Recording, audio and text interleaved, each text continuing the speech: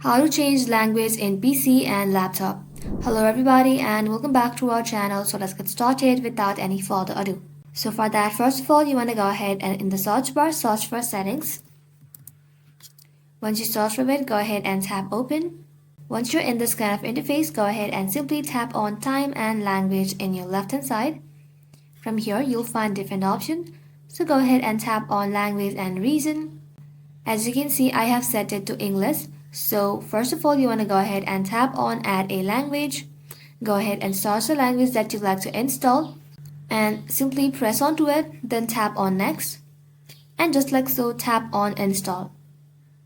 Once the language is installed in your PC, you'll then be able to find two different languages.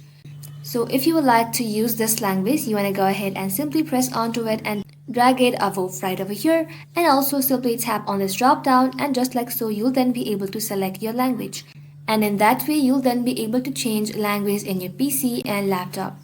Well, that is how you can do it, guys. Thank you all for watching the video till the very end, and stay tuned until our next upload.